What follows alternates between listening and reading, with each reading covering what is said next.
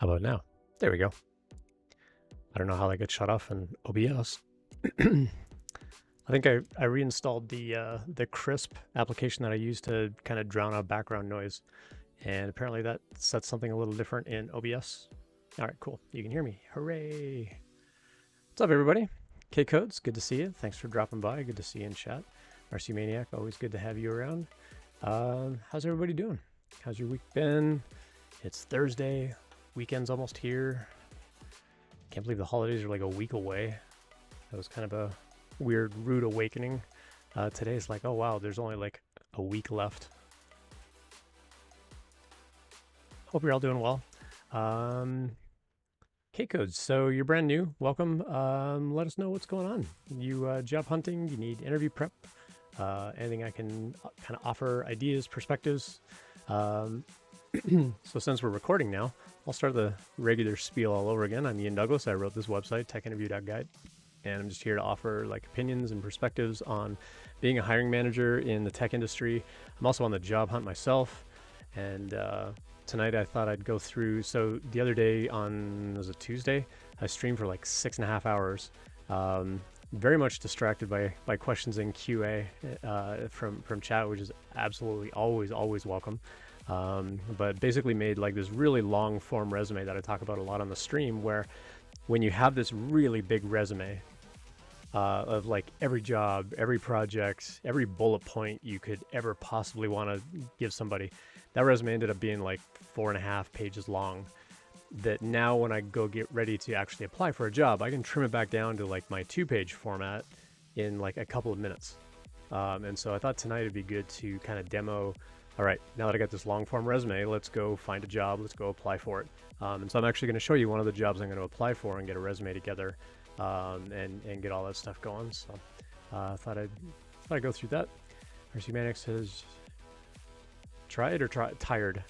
One more day of work for 2021. Awesome. PTO until the new year. Great. K-Code says, I'm currently working on learning data structures and algos for tech interviews. Awesome. Good for you. Definitely an important thing to go through, depending on the company and depending where you're at as far as like technical skill and all that kind of thing. Some companies put a lot more emphasis on like data structures and algorithms for their interview process than others. Hopefully, though, you don't get too many companies that are just like, yeah, here's some random problem off LeetCode, because those companies need to do a better job. Anyway, hello. Tonio, good to see you. Prepping for your first FANG interview in 2 weeks. Awesome. Good deal. Yeah, let me know if I can help out on that or if there's anything else going on. But yeah, good luck with the FANG interview. It's interesting that they interview like all the time. Like they don't really take breaks over the holidays and stuff like that. So yeah, good luck with that. What else is going on?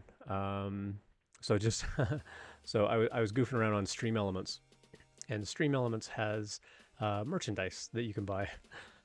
So I bought merchandise. I bought my own merchandise with a logo on it. Got some t-shirts, got a hoodie. I got these like really big desk mats that are like 3 feet wide and 18 inches deep to replace the Corsair one that I've got here on my desk. I'm going to put the one down. It's got my logo in the corner and the whole bit. Probably going to do some giveaways in the new year with the merchandise.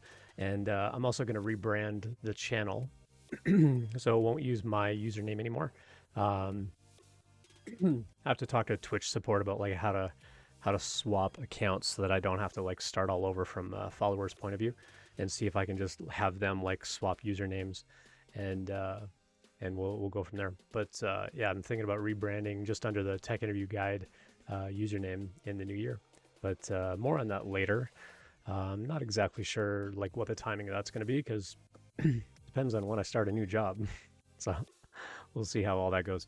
But yeah, I posted on LinkedIn about an hour ago that it was kind of a weird, amazing week. So Amazon called on Monday and they're like, yeah, you didn't get the job. I'm like, really? And they're like, no. I'm like, any particular reason? They're like, we don't give feedback. It's like, okay, so what do I do? And they're like, well, you're welcome to reapply, and you can always watch our website if there's other roles that you want. I'm like, why? Why would I reapply if you're not going to tell me how to get better? Like, what's the point? I didn't say that on the phone, but as soon as I hung up, I was saying that out loud. I'm like, why would I put myself through that again? Spent dozens of hours preparing for all those interviews at Amazon to get turned down. and not be told why. Of the 6 people that interviewed me a week ago Friday, I sent 5 of them LinkedIn connection requests. 2 of them actually connected. I asked both of them, like, hey, just, I know you can't give specific feedback, but if there's any general advice that you could give on how I could be a better applicant, I'd appreciate hearing from you. No response from either one of them. It's like, why connect with me then?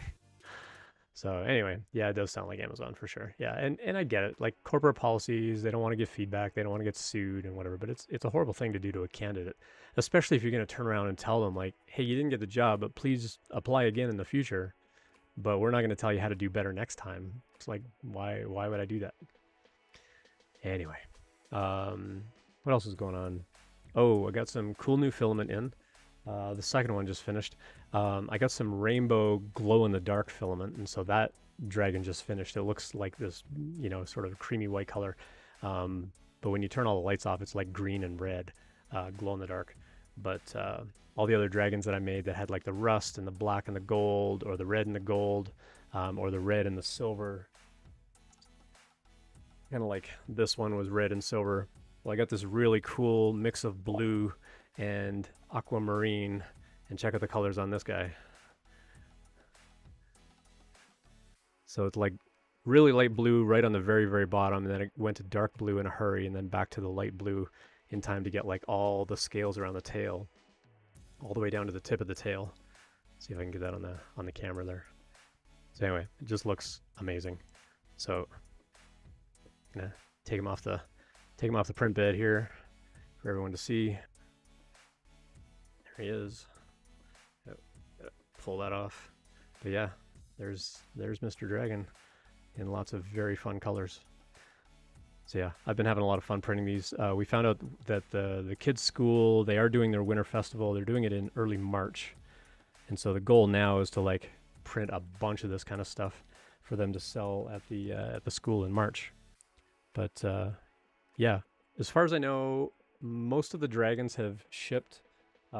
Creative Null, if you ever show up, I still have to mail Creative Null theirs, and there's one other local one that I need to drop off, Danger Box. I need to like connect with them. They just live like probably 20-30 minutes from me. But HMTP or HTMP, I met up with them Tuesday night and gave them the box, and they're like, oh cool, here's the dragon. I'm like, you get everything in the box. They're like, what?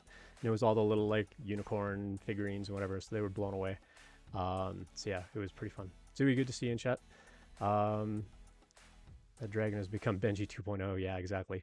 It prints really easily. Like with Benji, I mean, it really is kind of the what do they call it? Like the calibration of your printer. Like, how well can you do bridging and things like that. I mean, certainly there's bridging when you're printing all the hinges and stuff inside the dragon. But yeah, the very, very cool model for sure. Like everybody's buying that and everybody's printing it.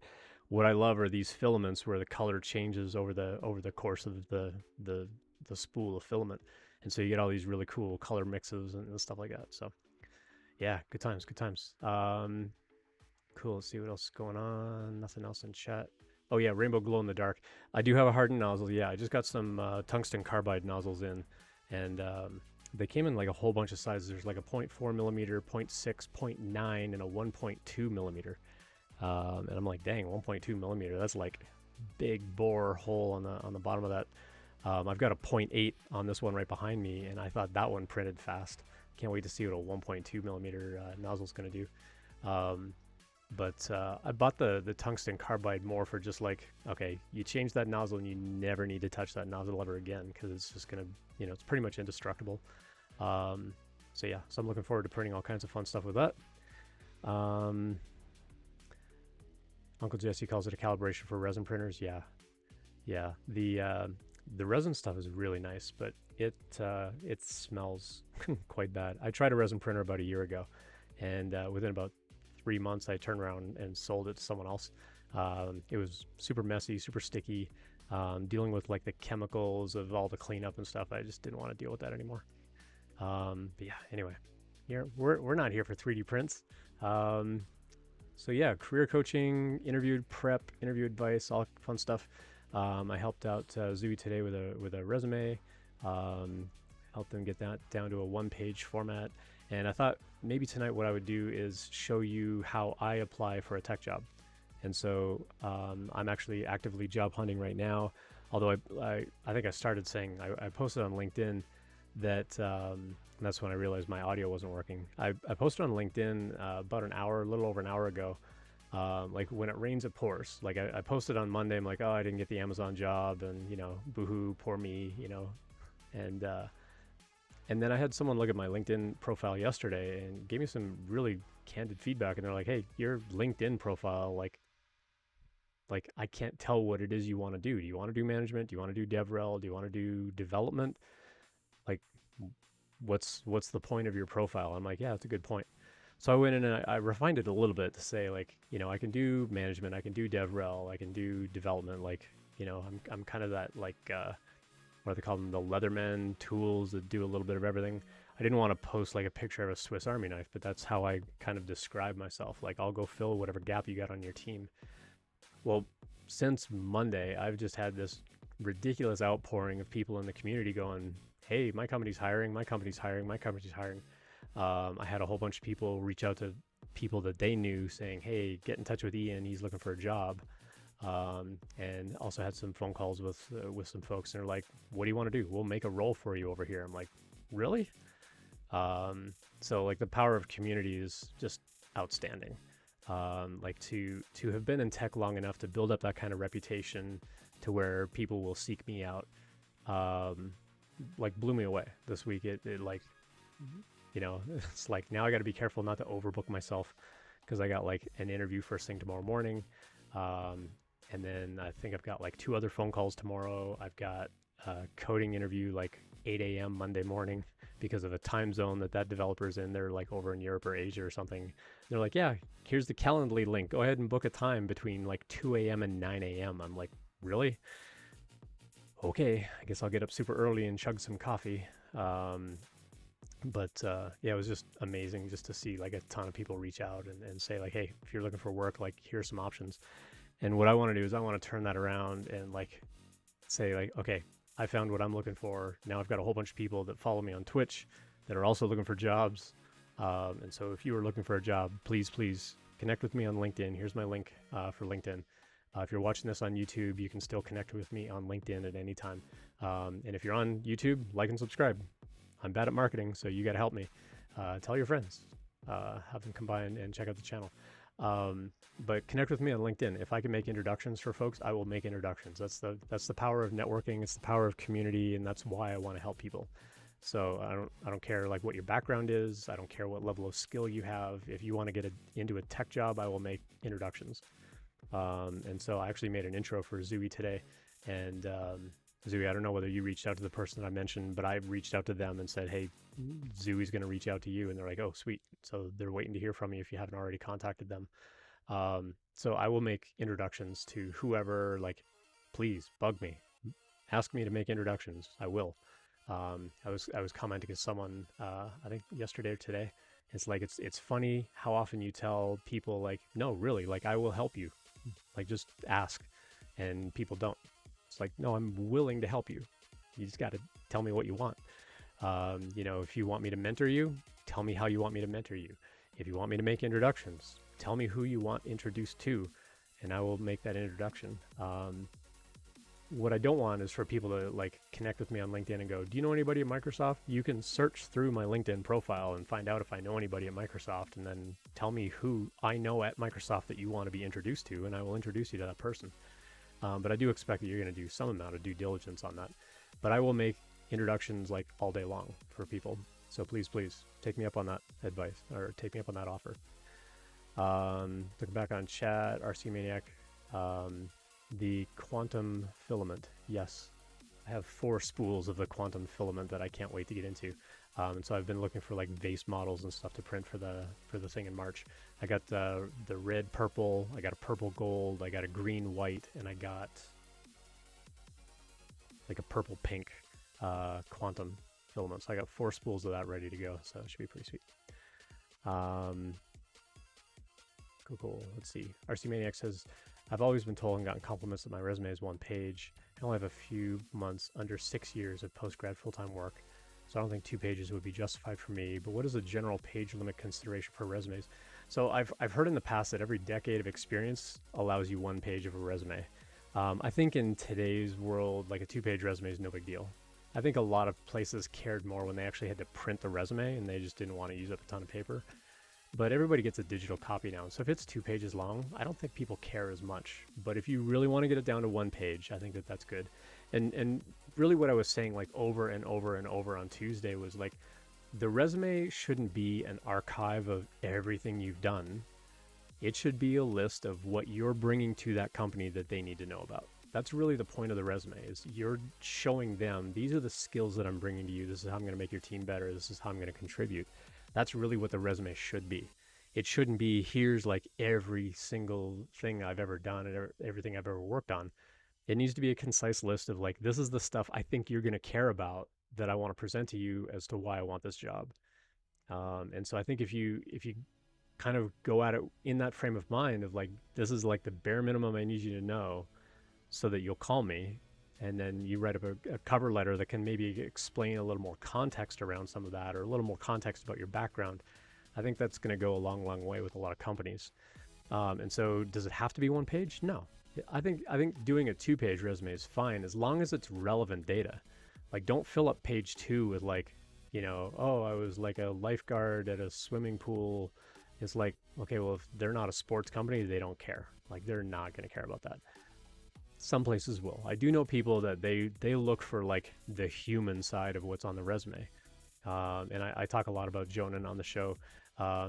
Jonan typically streams Wednesday nights on Twitch, the Jonan Show. And I'll drop it in chat here. Go give Jonan a follow as well. So twitch.tv, the Jonan Show. You can go follow Jonan as well. Although he just had an addition to his family, so he may not be streaming for a little bit. But I know for a fact that Jonan does like to see resumes with some human element to it. So he wants to know, like, have the summary at the top that describes your background and like the kind of the diverse experience and so on that you bring to the company. He likes to see that kind of stuff. I'm more factual as a hiring manager. It's like, just tell me what I need to know. Like, do you fit my job description or not? When I get you on the phone, you can tell me all this other cool stuff that you want me to know about you, but like when I'm screening a resume, I just need to find out in a hurry, do you have the skill that I need you to have? If so, I'm going to call you. Like that's how I screen a resume. And I did that whole thing with Josh a couple of weeks ago. Actually, yeah, it was two Thursdays ago, where we were just like rapid fire looking through resumes, like, just a really quick screen. Would I call this person or not? And if not, why? And if so, like what stood out? And we got through 7 or 8 resumes that night. I think 7 resumes. In the span of like 2 hours, where like we're doing a lot more talking about it, where in real life we're literally giving that like a 10-second scan of like, yeah, I see all the keywords that I need to see. I'm going to call them, or I'm not going to call them because it was hard to find. And so we went through like a handful of those resumes. So I really appreciate everybody that sent those in. It was a huge help. So thank you for helping us with that. Yeah, let's see what else we got going. Put some good karma out there. Makes sense. Yeah, I appreciate that. Thanks, Dewey. Reach out to them tomorrow. Cool. Had a webinar to attend for Prime. Awesome. Got some meetings with recruiters. Awesome. Good deal. So yeah, definitely stay up on the recruiters. Be nice to recruiters too. They're super busy. As much as I hate on them myself, if you ever go to iandouglas.com, I've got like a whole section of my blog where I like dump on recruiters. It's because after a while in your career, they start to get annoying. It's like, hey, I know you just started a job like a week ago, but I got this cool new opportunity. It's like, dude, I'm not going to leave my job after a week. Like, leave me alone for a couple of months. Like, come back in like 6 months and maybe, if this job's not working out or something. But like, don't hit people up like at least look at their profile and realize they just started a job. And it's like, they're not going to be looking for a new job. Unless you see them posting like, I hate this new job or something, then by all means reach out to them. But that's like so many bad experiences with recruiters, but they can be genuinely helpful early in your career. It's just there's not as much incentive for them to help entry-level devs because they get paid a commission of your base salary. So I was actually talking to a recruiter today. They were trying to they had posted on LinkedIn. They're like, hey, I got these engineering management roles. I'm like, yeah, I'm considering management. And so I reached out and I'm like, hey, can you tell me the companies so I can research? And if it looks good, I'll send you my resume to send to them. Like, I don't mind you getting the commission because you're telling me about the role. And they're like, well, let's get on a phone call. I don't want to just like give it to you. And I'm like, that's fine, whatever. So I got on the phone and it was like a health medical kind of company. And I'm like, not really what I want to do. But they were being really honest. They're like, hey, based on the salary that you want, they're gonna like really scrutinize you because they have to pay us a commission on top of that. It's like, no, I get that. And so recruiters will typically get 15 to 20% of your annual salary as a commission if they submit your resume. And for an entry-level dev, because the salaries start, lower, they're not going to make as much commission. So there's not as much incentive to help. But some of them genuinely do want to help just anybody get into tech. And so sometimes it can be worthwhile finding a recruiter, getting to know them, letting them get to know, like, what are your aspirations? What do you want to be doing? Not just, I need a paycheck, so I don't care. Like, just find me any job. Like, give them some direction and see what they can find. It might be worth trying out. RC Maniac says recruiters are very hit and miss. Some are, yeah, I agree. And some of them that don't come from a technical background, like one of them reached out to me and they're like, hey, I saw your profile, saw you're looking for work, got some great opportunities. And I'm like, I'm looking for developer relations. They're like, yeah, I have no idea what that is, but if you want to talk, I'm like, well, if you can't help me find that job, why would I call you? Like, if you don't even know what that role is and what it entails and looking over my background and why that's such a great fit for me, like, if you can't make that connection, you don't even know what that role is, why would I call you? And unfortunately, a lot of recruiters are like that. But if you can find like a very savvy recruiter and they know what's going on in tech and they know what's going on in different realms, some of them are worth, the time and effort to get to know them, let them get to know you, and have them help you find a job. It can really be worth it. So, ask friends like, hey, do you have any recruiters you actually trust? I can probably count on one hand the number of recruiters that I would happily give a resume to, like unsolicited, like, hey, here's my resume, like, help me find a job. I didn't reach out to any of them for this job hunt, though, because most of them live around California. And I didn't want to find a company that wanted me to move back to California because that ain't happening. I really like Colorado. So anyway, K-Code says just follow on LinkedIn. Awesome. Thank you. I used to organize a Boulder Python meetup. I kind of helped someone else sort of co-run it, and then they stepped away. And so then I was like the lead organizer, and then I'm like, I can't do this alone. So I brought another guy on, and then I'm like, okay, well, cool. You got this. We brought a third person on. I'm like, cool, you two can run this. I'm out. And then they took it and they ran with it. So Scott and Frank now, and I think they've gotten some other people involved, and maybe they've rotated out too. It's a very vibrant community, and they've got it going both in Boulder and Denver now. So yeah, they've done a fantastic job with that community. So it's great. RC Maniac asks, what tips do you have for giving an interview? One of my coworkers left and my boss asked if I could do an interview, and I've always been like, well, if you have a problem, let me know and I'll help, as well as being expressive. And I worry that when interviewing them, it'll be hard. Oh, it'll be very obvious my opinion just from my facial expressions. Yeah, you do have to have a bit of a poker face when you're doing interviews. You don't want to like point out how to fix a problem. Yeah, exactly. Well, I mean, there is a time and place to help somebody over a problem where like there's a whole bunch of work to be done and they get really stuck on like step 3, but you've got like 8 or 9 steps they have to do. If you can get them over that hurdle of step 3 and they finish the rest, great. Because that's what's going to happen in the real world. Like, you're not just going to sit and, be like that toy that like bonks up against the wall and like never changes direction. If I can help you get over one little hurdle and then watch you succeed, great. That's awesome. That's my job as an interviewer, is to like coach and help a little bit, but I have to be fair to all of my candidates. And so I can't give one candidate more help than I give another. Or if I do, I have to disqualify them because I gave them a lot of help. Trekich, good to see you in chat. So yeah, there is that component of it.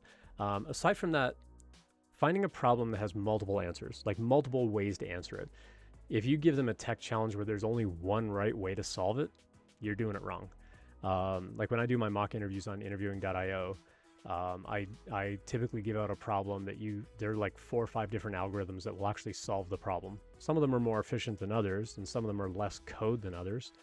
And so there's sort of like one kind of like this is really the best way to do it because it's small, it's compact, and it's decently efficient, and it's easy to optimize.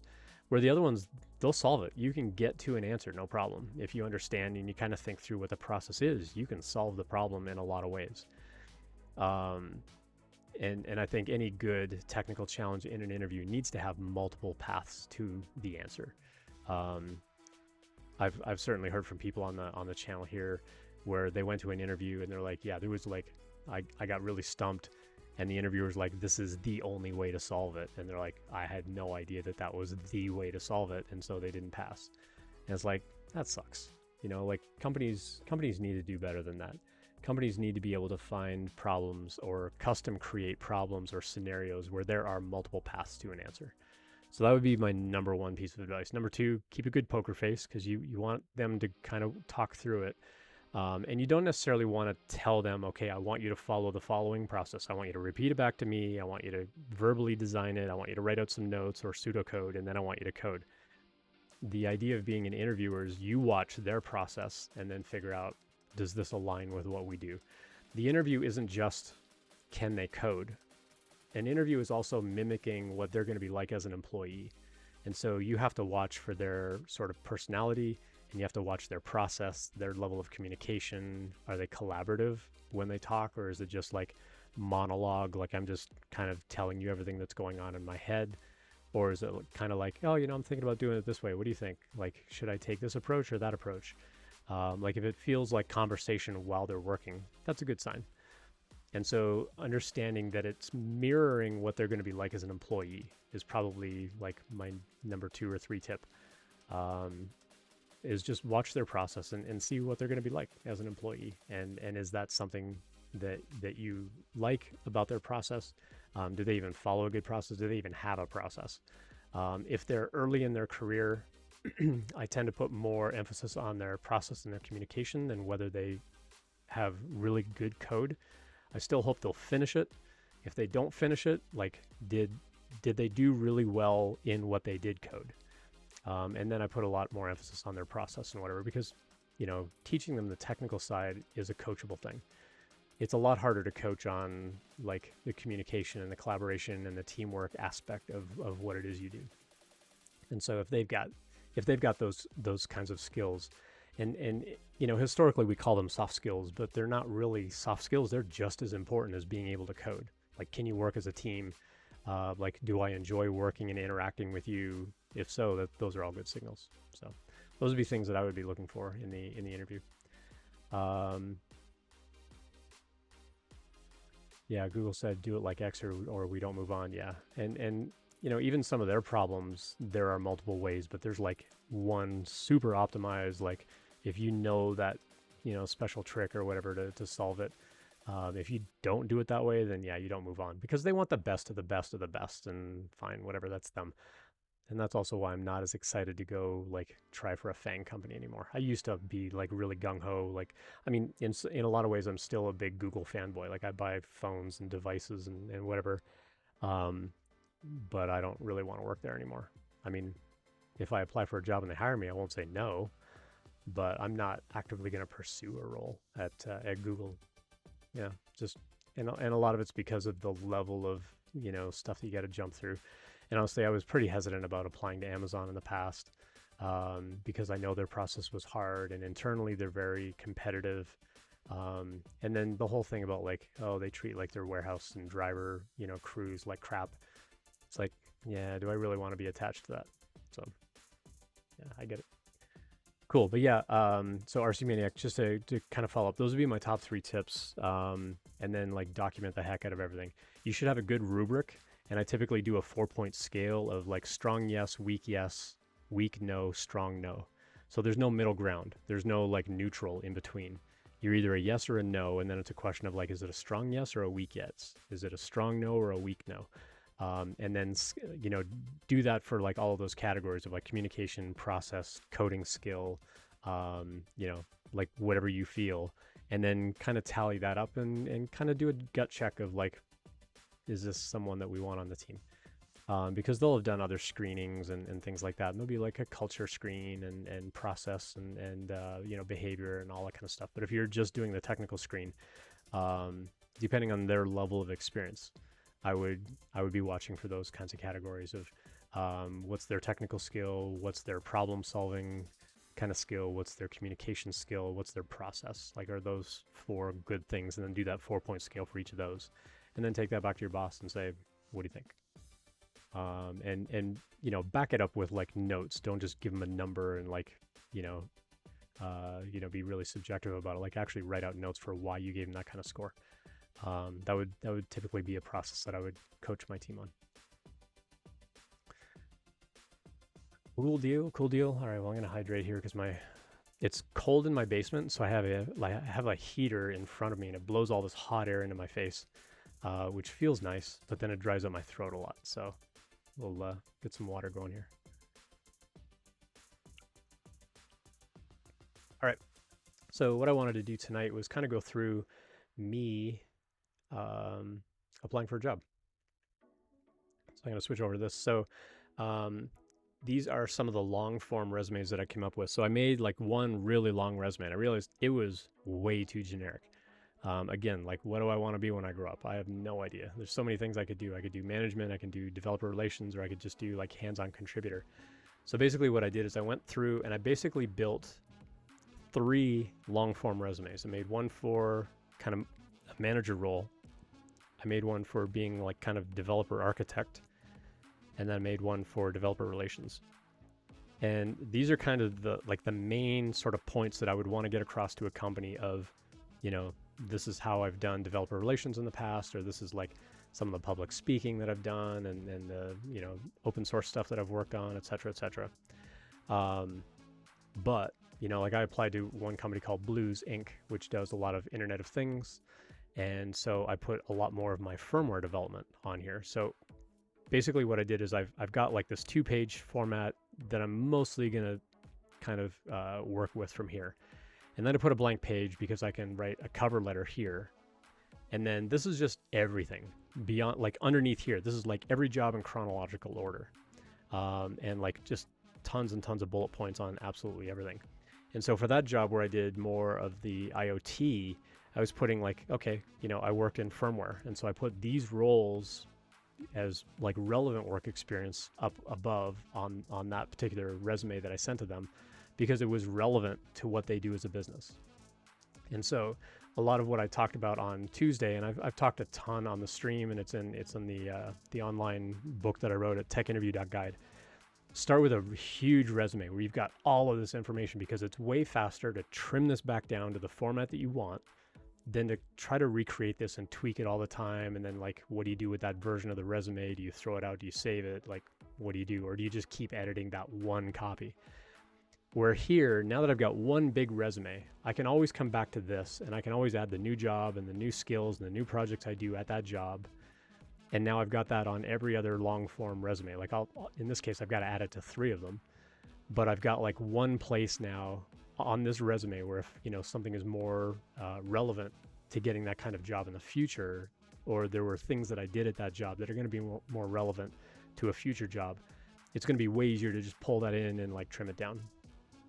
So what I want to do is I'm going to show you kind of the job board that I'm following right now and some of the things that I've got going on. So there were a couple of jobs here that I want to apply for that I haven't yet applied for. Some of them I'm waiting for like referrals from employees of like people that I know, and they're like, hey, I'll give you a referral, just let me know what job you want. And I've reached out to them, and I'm just waiting for them to send me like a referral code, for example. But let's go look at, I already did Blues. Yeah, so I applied to that one. They haven't reviewed it yet. As soon as I see that they've reviewed it, I usually pop it over here. Postman I've applied for, Google I applied for, but yeah, if I don't get it, I'm not going to be heartbroken. This Shopify one I've already applied for. They've already got one of them going here. So let's go back over to my job list over here. These are other jobs that I'm interested in actually like applying for. I'm waiting for like referral codes from some of them, like Datadog. Gusto, for example, they wanted to interview me. It's like, okay, well, these are the kinds of roles. There's another role at Twilio that I'm interested in. Let's see, which one am I going to work on tonight? I think I'll do, yeah, let's do Pixie Bricks. All right, so for Pixie Bricks, let's go look at what they do as a company, and then I'll show you how I'm gonna like look at their careers page, figure out what job I want, and show you, okay, how do I pick from one of my long form resumes? How do I trim that down? How do I build a cover letter for that? So I've got a contact name at the company that I can put in the cover letter. But I want to go find out, okay, like let's find out a little bit more about what they do. And this is part of the company research that I would typically do. In this case, I've already spoken to someone, but I'm still going to show you the process. So yeah, always do your due diligence, network with somebody there, find out about the company, find out what their values are. And I also like to dive in on LinkedIn and say like, filter it down, just their engineering team. Let me see their engineering team. Are they diverse? Because I don't want to just be another white dude on an all male kind of engineering crew. I've walked away from 4 of those jobs now in the past couple of weeks. I just don't want to be on a squad that's like all male. So, all right. So these folks are doing like automation, and it's kind of a pretty cool system about how they're like pulling data in from different places and basically building data pipelines. So let's go look at their careers page. Way down here, let's see, join us. All right, so these are their careers. They talk about their practices, open positions. Let's see, lead backend engineer. That sounds like a good one because I'm not really a front-end engineer. Oh, they have a developer advocate. So let's go look at that one. This is kind of like how I've prioritized. It's like, I want to be a developer advocate, then a developer, and if you need me to manage, then, you know, I'll apply for a manager role. All right, so this is the job I'm going to apply for. So I already know I'm going to look at my long form developer relations resume. Now it's a question of, okay, what are they looking for? And is there anything from like way down here out of all the other stuff on here that I need to pull up to the top and something else I need to bump off because there's something more relevant to their company than what I've got on my top 2 pages right now. So let's go back and we'll take a look. So mission driven, yep. Started by technical, okay. Backed by these folks. They've raised a decent amount of money. Fully distributed team, plus or minus 3 hours of New York, okay. And they have what we call core hours. So as long as you're online between noon and 4 p.m. Eastern time, which would be 10 a.m. to 2 p.m. in Denver, which means I could sleep in, and as long as I'm working between 10 and 2, I can work as late as I want, or I can start earlier in the day as long as I'm online until 2 p.m. Mountain Time, because that's 4 p.m. their time. And so those are like core hours where they really want everybody to be online at the same time, so if they want to do meetings. That kind of stuff I really appreciate, that they've got like a centered amount of time of like, if you really need to schedule a team meeting, this is when we're going to do it. They do stuff with GPL as far as their licensing. They do open source. Cool. About the role, chance to build and grow our community as a leading voice of the company. Create, manage, share community content, short posts, long form content, videos, documentation. All of this stuff I've already talked about on my resume. Focused around product awareness, education, user success, other compelling topics. I already talked about that in my resume. So let's go take a look at that. So I bring a background in technical training, content creation for multiple learning styles, public speaking, group-based events, webinars, live streams, podcasts, longtime open source developer, etc. I've held these other things. So if you need to know this about me, built data pipelines and architected scalable systems and whatever, because in a developer relations role, they want to know that if you go talk to a customer that you can talk shop with them, that you can get down into the weeds.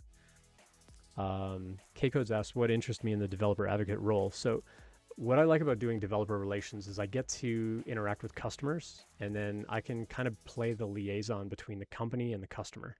And so the customers are going to have feedback about like, hey, I like using your API, but this is a little weird.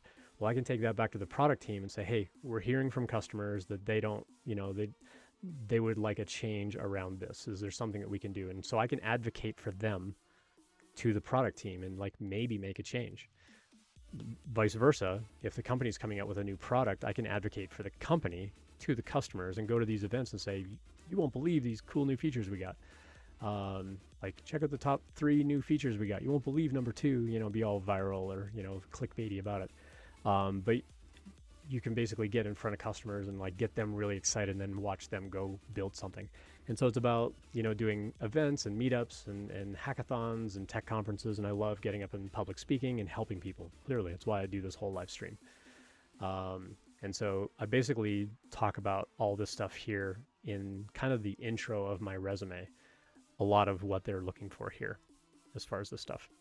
Provide support for troubleshooting, effectively coordinate with internal technical resources to provide support. So they're looking for like some amount of customer support, which could be like pre-sales engineering, post-sales engineering, not so much like a pure customer support role, but if I'm at an event and somebody's stuck on something, I become that support person. I can't say, oh yeah, just go call our 1-800 number. It's like, dude, you're here. Can you just help me? And so that's kind of the role of developer advocate, is I get to do a little bit of everything. Everything from customer support to, product engineering. And so there is going to be some aspect of that I've got on the resume as well. So if we go back to the resume, all the way back to working at QNX way back in the day, I forgot to make this one bold. I was actually on their support team. And actually did pre-sales engineering and customer support. So I've got that aspect of that covered. Now, that was a really long time ago, but throughout my whole history, you see where I care about the user in a lot of these other roles. Like, I talk about thinking about the user first when I'm making content and so on, like for different learning styles and so on. So I've got that one down. Establish community KPIs. That's a key progress indicator. I always get that one mixed up. KPI is key performance indicator. Is like, how do you measure the metrics of developer relations? And that's actually one of the tricky things about DevRel, is how do you tie success into this? Because I'm costing the company money. They'll be flying me around. I'll be doing all kinds of events. I'll be probably giving away prizes and t-shirts and stuff like that. And that costs the company money. What's that return on investment? Because it can't just be like social capital of, oh, everybody likes our brand. It's like, well, how many people actually signed up because of that event? Or how many people, maybe upgraded their plan because of that event? Or they really appreciated that you helped them with something, and so they've, done such and such. They want to see some kind of return on investment. And so, making sure that when you're going and giving talks that you're talking about the company and not just fun community stuff, which I'm okay with. I've done that in the past. Community fun stuff is great too. I love that. But there is a time and place of like, okay, ROI for the company. You've got to like put some money back into the company through your efforts. And so I've done all this stuff. I can speak to all of this on my resume. So 3 years of experience building, growing online communities, forum moderation, user advocacy, marketing, content creation, preferably in business to business software as a service. Well, I didn't really do DevRel at SendGrid, but I went to events with our DevRel team, and I was able to kind of provide that level of architecture input and so on. But I did do it at Stream, and I'm kind of willing to do it again. Like, this is what I want to do. And so I've got experience in business to business software as a service. Ability to lead community strategy, content calendar, goals, as well as rapidly execute against them. So this is about like, how do we plan? What are we doing? Like, what events are we going to go to? When are we going to write? What kinds of blog posts? Like, how are we going to plan what we do as a team? What I don't see on here specifically is this a brand new role? Like, am I the only developer advocate on the team, or is this an established team? I don't really see that. Sometimes they'll put like a senior in front of it, or a lead, or, manager or something like that. And it's like, okay, you're starting this team. In this case, I happen to know that Pixie Bricks isn't gigantic as a company. If we go look at them on LinkedIn and go look at Pixie Bricks.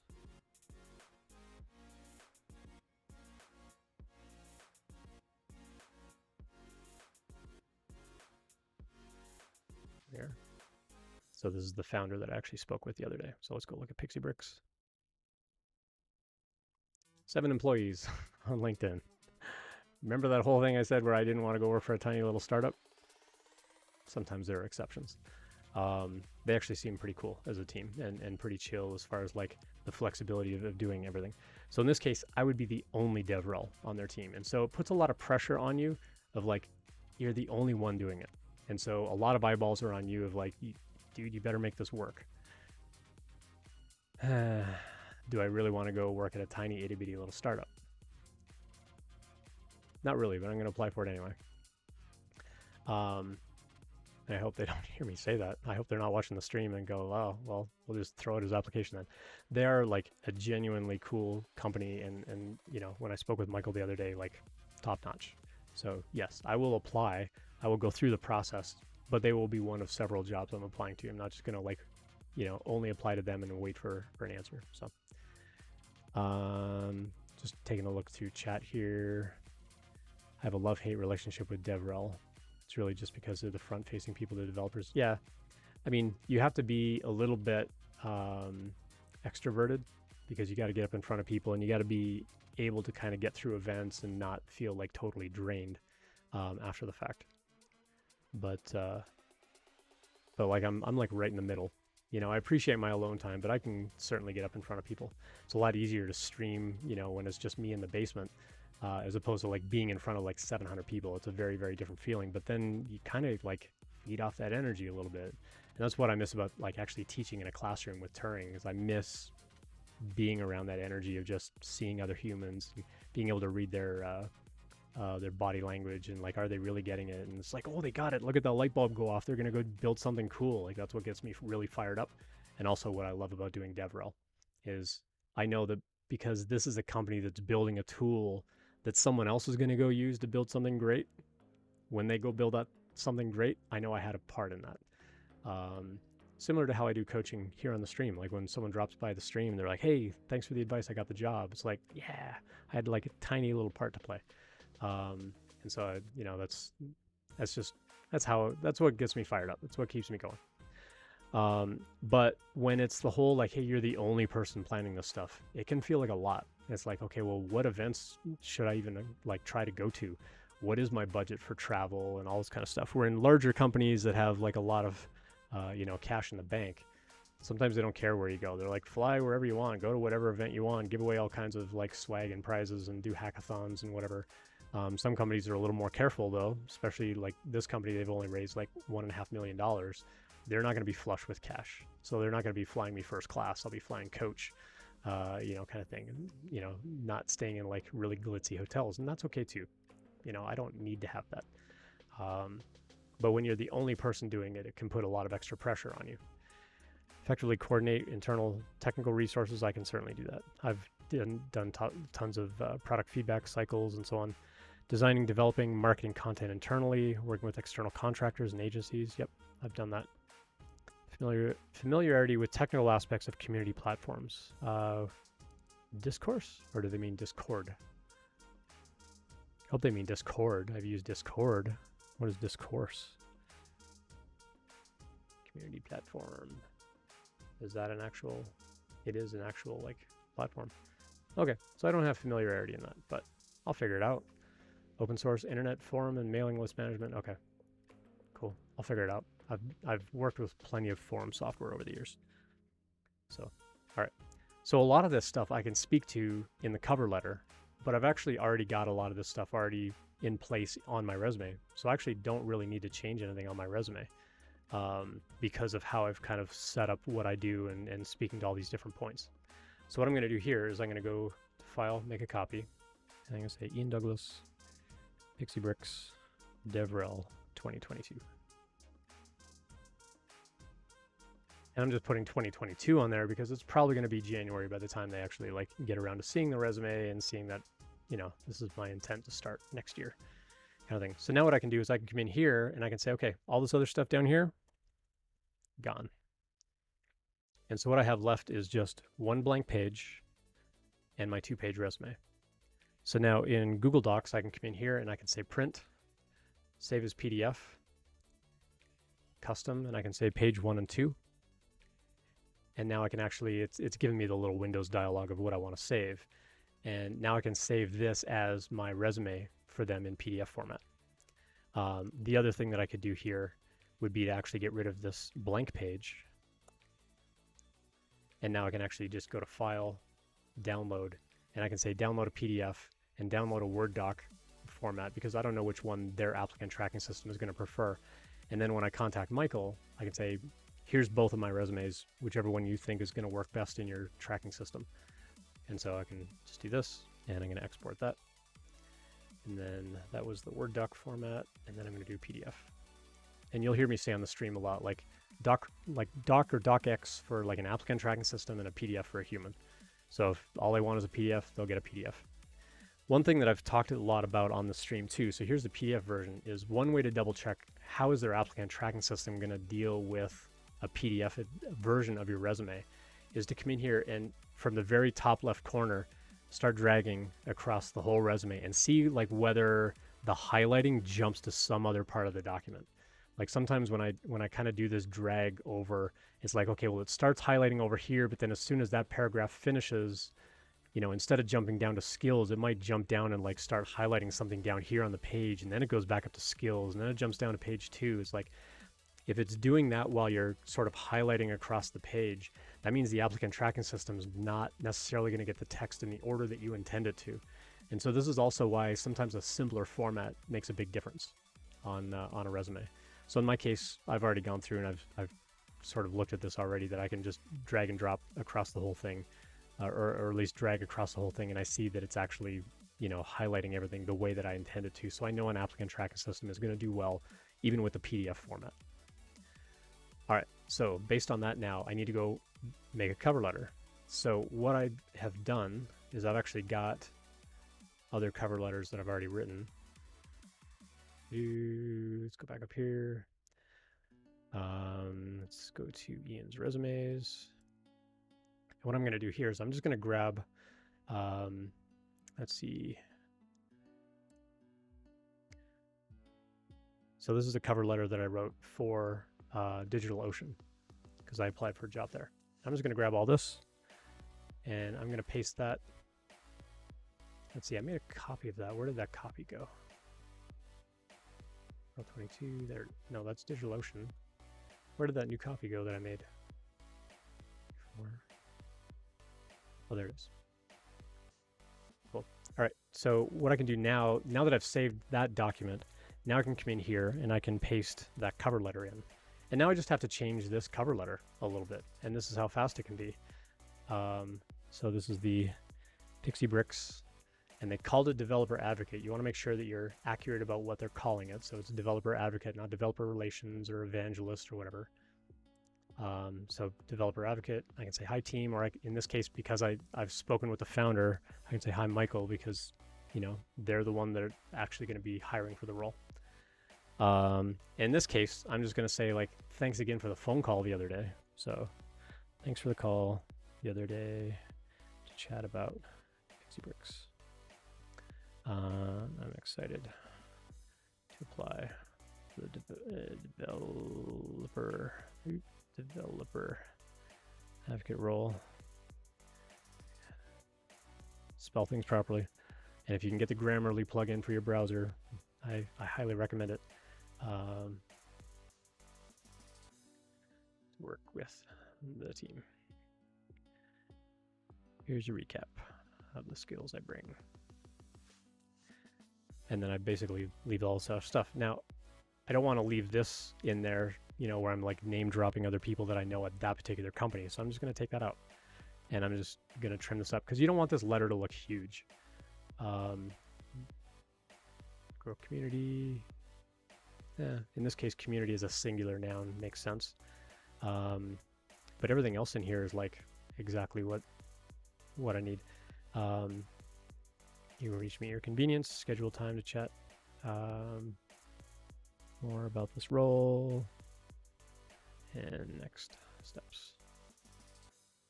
Cool. So now I can come in here and I can say print. In this case, I can say custom, and I only want page 3, which is just my cover letter. So now I can just save that, and now I've got a cover letter for Pixie Bricks. So I'm just going to change that file name to say cover letter, and now I'm done. I've got everything I need to go apply for that job. So now I come over here, and there's no actual like apply here. It's like, just reach out to us, just email us with your resume. So in this case, I'm just going to reach out to Michael back on LinkedIn, be like, here's my application, you know, consider me for that role.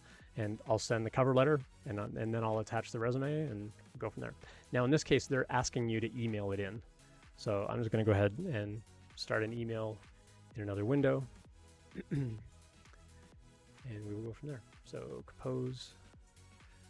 Now I'll have to go get, well, in this case, because they need me to email it, Epicat, thanks for the follow, appreciate it. In this case, because they want me to email it, I may not actually attach the cover letter. I may just put the cover letter in the body of the email, and that's my cover letter, effectively, at that point. And so that's how long it took. And I was like going through the process of like explaining my process of like what I do to apply for a job. But it took minutes to look at the resume and go, yep, everything I need is here. Take everything else out, go copy and paste a cover letter and like change a few things. But effectively the cover letter is the same, like role to role. Now, if I was applying for like a contributor role or a manager role, then the responsibilities of those roles would differ as far as what I would highlight in that cover letter.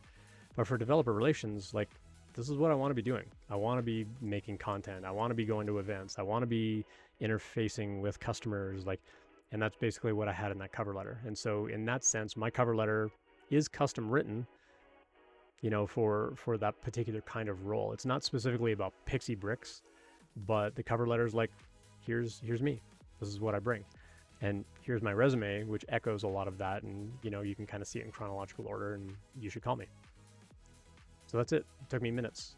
So when you have that long form resume and you have like a couple of cover letters that you can kind of copy and paste from, this process gets so much faster to go apply for a new job, as opposed to the time it would take to actually sit down, write a full custom resume from scratch, or like copy the whole thing over and make, you know, changes to all of that. Just make one really big resume and then trim all that back down. It's so much faster for that process, but you have to have everything to begin with. And so, you know, in between all the other things that I did on Tuesday when I was putting together my long form resume, you know, I did a couple of resume reviews and we were like interacting a lot with chat. And so I'd say it probably took me total, maybe about 3.5 hours to compile all that information, break it down into bullet points, do a little bit of styling. And now I've got that long form resume ready to go. And now I can just trim that back down as I apply for a job. And it's so much easier. Like it's worth the time investment of just go make that long resume. And then when you want to apply for a job, you make a copy, you trim it down, and now you've got a personalized resume ready to go. You've also saved a copy of that resume for that company. And so if you ever need to send them another copy of the resume, you're like, oh shoot, I've made like 16 changes since then. Let me go like try to change it back and remember what I had on that resume. It's like, no, you've already got that resume. Just send them another copy. In my case, I export file names and I store those files on my local drive, so I don't even have to go back to Google Drive and pull it down again. I've got it all ready to go in my downloads folder, and I can just attach that to emails or attach to LinkedIn messages or whatever, and I'm good to go. And I've applied for that job now. So the whole process can be really fast, but you got to do kind of that prep work to begin with. I've got whole YouTube videos that you can go check about building that cover letter, about building the long form resume. If you feel like sitting through 6.5 hours, you can go back and look at this at Tuesday's thing. Although if you're on YouTube, you're gonna have to watch it on Twitch, because I'm not gonna upload a 6.5 hour video of me building a resume to YouTube, because no one's gonna watch that whole thing. But if you're on YouTube and you like, if you're watching this now on YouTube and you want to watch that video, you can view it until probably mid-February. So my Twitch videos will stick around for 60 days and then they'll start dropping off. But after that, you can just check my channel for like long format resume, like just search for the word resume. And you'll see like a bunch of resume reviews, but you'll also see the video where I talk about how to build that long form resume and why it's important and how to trim it up and so on. Cool. But that's my process. That's how I go apply for a job now. You know, that 3 or 4 hours of time is well invested now to where it takes me like 5 minutes to make a resume, maybe 5 minutes-ish to write a cover letter, and now I can go apply for that job. So it's worth the time. It's absolutely worth the time. I've seen a lot of people struggle where it's like, oh, it takes me like an hour to put a resume together. It's like, okay, well, by the time you do that 2 or 3 times, you've got the long form version. Now it's going to take you 5 minutes instead. I think it's worth the time, personally. So that's one of the big things that I coach about is how to build that big resume. I'll stop saying that now. RC Maniac says, I also did large resume to cut down to fit the job. It's better to reuse and update than deal with the boilerplate. Yeah, of recreating, exactly. Having to do the same thing over and over again is tiring. And for most of us in development, it's like we don't want to do the same thing over and over again. We want some way of making those processes faster. And this is just the way that I found where I can make that really fast for myself. And so I offer that as advice and perspective to other people. You don't have to follow it. You don't have to follow the format that I use. You don't have to follow like any of that advice. It's just, it's out there. This is what I do. It makes it super easy for me. You saw how fast I was able to put that together. Take it or leave it. You know, you don't have to take my advice. I'm just here to share my ideas and perspective. So cool. What else is going on with everybody? Zooey's applying for some more jobs. Looking forward to that network connection that I made for Zooey today. Hopefully that'll take off. So the person that I'm introducing Zooey to works for a very well-known company. They were actually in the news this week, and they've got a director of engineering role that I'm excited to apply to as well. So I'm waiting for a referral code for that, and then I'm going to go apply for a director of engineering role over that whole team. And that whole team is actually made up of a whole bunch of students that I've taught at Turing, and other instructors that I worked with at Turing all work for that company. And I'm like, oh, that'd be great just to go back and work with everybody. And even though it'd be in a management level role, still getting into the coaching side of it and things like that, I think it'd be really, really great. So RC Maniac, got to run. Good to see you. Thanks for dropping by the stream. But yeah, what else is going on? So Epicat, thanks for hanging out in chat. What's going on in your world? Are you developer? Where are you located? Tell me a little bit more about that. Root user, thank you for the reminder to hydrate. My voice is getting a little raspy.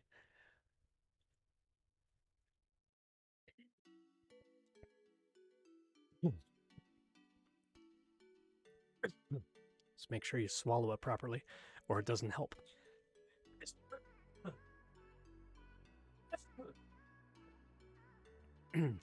Excuse me. Much better. Yeah, make sure you actually swallow it and don't try to like inhale halfway through swallowing. That would be bad. So he says, I wonder if there's a discount for their equipment. I think that'll be awesome. So yeah, if you get hired as a developer, you do get a pretty nice discount on their equipment. So cool deal, cool deal. All right, well, let's see who else is hanging out in chat. Epicat, Heartbender's around. Nintendo Switch XL, cool.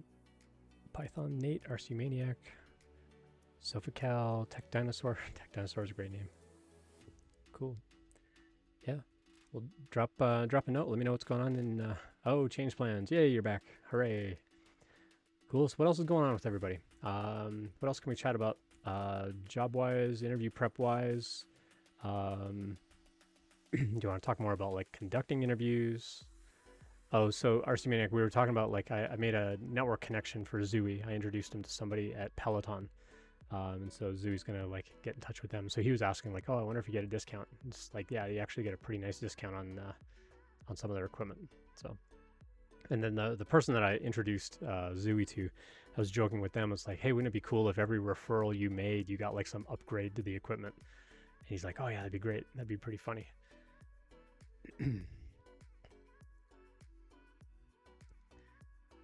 Cool. Let's see what else is going on. A bunch of people just hit me up on LinkedIn. Sneak a peek and see what's going on over there. Cool. So yeah, got a handful of other places that are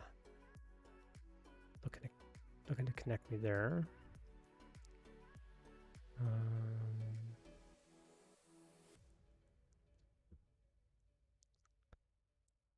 All right, so one place that I asked someone to refer me, they're like, okay, we're not doing any more engineering referrals until January 3rd. It's like, okay, that's fine.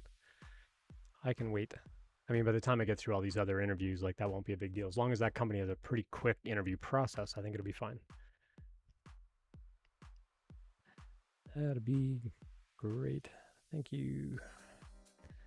Cool, so that's one connection. So like take care of your network. Like really take time to like nurture that on LinkedIn or Twitter, wherever you do your networking for your side of community, whatever that is to you, nurture that, take care of it, like, you know, help each other out because it comes back like tenfold. You know, when you need help with stuff, people will reach out to you. So if you help people and like make good connections, they will absolutely like turn around, reciprocate. So, RC Maniac interviewed with Peloton. Everyone owns a bike because the discount is so much that it's practically a no-brainer to get a bike. Yeah, that's what I've heard. Cool. And my contact at another company, they're getting with their hiring manager tomorrow to get me a referral. And all right, cool.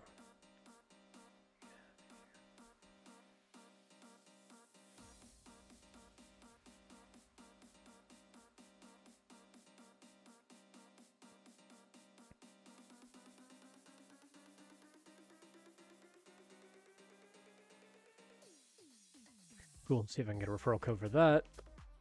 So yeah, take care of that network, because now, like, I posted on LinkedIn like maybe 2 hours ago or 3 hours ago, is like, you know, because of that whole thing that happened with Amazon and how I was kind of feeling down on myself, just a ton of people reached out and they're like, I'll refer you for this company and that company. And some of them are like really big name companies. And some of them were like, yeah, I'll refer you, I'll introduce you, like, what kind of job do you want? And then had a couple of phone calls. They're like, what do you want to do? Like, we can make a role for you over here. I'm like, what? You would do that? Which is like amazing. They're like, yeah, you could fit in here and fit in there. Like, we'll figure something out. Like, even if you start in one role, like, you can kind of like transition around a little bit. I'm like, that's fantastic. I love when companies have the flexibility of doing that instead of like, no, we hired you to do this. This is all you're going to do. Stay in your corner. I mean, that can have its time and place too, but you know, the fact that a company is willing to be flexible and they're like, yeah, what do you want to do? We'll let you do that. Is pretty fantastic. It shows that that company really cares about their employees. So yeah, so I'm excited to talk to a bunch of those folks. Zui mentioned, I'm glad you mentioned, glad you mentioned that, RC Maniac. I didn't get any feedback from my last interview. It was against company policy. Yeah, so Zui didn't get that job he wanted, which sucks. And they were just like Amazon. They're like, yep, no job, no feedback. It's like, really? Like, especially for an entry-level dev, that is even more crushing, because you're already like, am I good enough to even apply for this job? But you get all the way through to the very last part of the interview, and then they tell you no, but that they're also not going to tell you why. That's a horrible thing to do. So RC Maniac, when you're interviewing, like, whoever you're interviewing, like, tell your boss, like, hey, I want to be able to give some amount of high-level feedback to this person if we don't hire them. Like, we need to say, like, hey, like, behavioral part was fine, technical was a little bit rough, and because of that, we're not going to move forward. And they're probably going to know. Like, it's not going to be a surprise to them if they don't finish the problem and you're like, yeah, because you didn't finish, like, we're not going to move forward or something like that. Like there's nothing wrong with giving that kind of feedback to a candidate. It's going to help them get better. Of like, go focus on that kind of problem, learn those kinds of algorithms again. You'll be much better to apply in like 3 months, 6 months. If you're still looking for a job, like, circle back, you know, stay in contact with us. Let us know what's going on. Like, give some kind of feedback. It irritates the crap out of me that companies won't give feedback on interviews. I've gone through that like a ton myself. And for new developers, it's especially bad. Yeah, it's not helpful. It makes you second guess everything. Exactly. And imposter syndrome is already bad enough as an entry-level dev. It's even worse when you get told, no, you can't have this job, but we're also not going to tell you what to do better for the next interview that you're trying to do. It's like, well, how am I going to get better at anything? It's garbage. It needs to stop. Like, seriously, companies need to do better about giving feedback to their candidates. Like, no matter how poorly they did. Like, I get it, companies don't want lawsuits and whatever, but literally nobody has been sued. In recent years, nobody has been sued because they gave feedback. So give feedback. Like, does it mean it'll never happen? No, but like, you're probably doing more disservice to your company by not giving feedback than like imagine if I go apply for a job at whatever, like Pixie Bricks, you know, this company that I was just talking about. Like, let's say I go interview for them and it's a really pleasant process, and they're like, at the end of it, they're like, nah, just not a good fit. And you know, these are some things that we're thinking, and how did you feel about it? And I can say, well, you know, I was looking forward to the job, but I understand your position, blah blah blah. I can walk away going, dang, that was a pretty cool process though, but I didn't get the job. But I could still be like, RC Maniac, you should go, like, if you're looking for a job, like, their interview process is pretty sweet, you should go like apply over there. I'm more likely to refer my friend there. But if they turn me down and they don't tell me why, I'm just going to badmouth your company forever. It's like, don't ever apply there, because they don't give feedback and they don't tell you why. They just tell you no. Like, why would I ever refer anybody to ever go work for your company? If you're treating a candidate like that, what do you treat your employees like? like when I worked at SendGrid with Josh that I had on the show a couple of weeks ago, we talked a lot about what we called candidate experience. We talked a lot about user experience or developer experience, but there's also candidate experience. Like, what was their experience like as a candidate? Did they enjoy the process? Was it long? Was it drawn out? Did we wait too long between the interviews? Were there too many interviews? Were there too many hoops they had to jump through? Like, what is that experience for our candidate coming through? And it's something that I really held close to me as I moved on and got into like director roles and started talking to people about interviewing and so on. It's like, we got to make it simple. We have to get good data about, are they going to fit in on the team? And do we think that they're going to do good technical work? Yes, that's part of the role of an interviewer, but we have to make it a good experience for them so that even if they don't get the job, they can still walk away going, all right, that didn't suck. And that's something that I want to see in these other companies that I'm starting to interview with, is like, what is your process? One of them's like, yeah, we're going to just have like high level sort of architecture conversation, and we're going to have a pair program in a tech stack that you've never done before. And, you know, we'll see where it goes. And then if that works out, we'll do like a behavioral round and you'll talk to the CEO and we'll make an offer. It's like, wow. So like 4 interviews, 4 interviews total. Like, that's a great experience already. I'll tell you, 4 hours of interviews and you're going to make a decision. Okay, I'll go through that. It's way better than like, you know, like, gosh, how many hours did I spend interviewing with Amazon? 5 on Friday. I did the 1 hour presentation. I did a 1 hour business technical. So that's already 6 hours of interviews. I prepped maybe 30 to 40 hours for the 5 hour behavioral. I did probably 6 hours of prep for the technical presentation and probably 2 to 3 hours of review for the business technical screen, plus a handful of, you know, recruiter calls. You don't really need to prep for those, but like those recruiter calls probably totaled another hour, hour and a half. So I'm already into like close to 8 hours worth of interviews. Like what's 40 plus 6 plus a couple more, let's call it 50 hours of prep, and then not get a job and not told why. That's a week worth of full-time effort that I could have spent consulting and making money. Instead, I put all that into a job that I didn't get, and I have no idea why. It's dumb. Really, really dumb. Yeah. Depends on the recruiter. I had one recruiter that did the recruiter screening and then ghosted twice. That sucks. And then the recruiter that followed up and wanted to make sure it was a good role for me and gave me feedback on the results. That's great. If a recruiter is willing to take that kind of time, then that recruiter is worth you spending time like circling back with and like foster that relationship with them, because they're a good recruiter if they're willing to kind of like give you that feedback and like actually tell you what's going on. Yeah, what are the chances you make the same mistake? Exactly. And if you don't know what mistake you even made, it's like, yeah, you might get marginally better at algorithms, and you might get better at certain kinds of data structures, and you might get better at practicing different, you know, leak code challenges, and you get better at that. But at the end of the day, like if there was something about your process that's bad and they don't tell you that, and you end up following that same process, I don't care how much, you know, practice you've done, if your process is bad and you're just repeating that process, and I can't, and I don't tell you that, by the way, you know, when you get into that interview, restate the problem, ask clarifying questions, write out some notes or some pseudocode, and then write real code. If you're just constantly jumping in and writing code right away and you're not following that process, and I don't tell you, by the way, you may want to do this as preparation, you're going to come back at the next interview, do the exact same thing, and I'm going to fail you again because you're still not following a good process. But like, unless you've got a mentor or someone that can tell you those kinds of processes, you're not going to get better.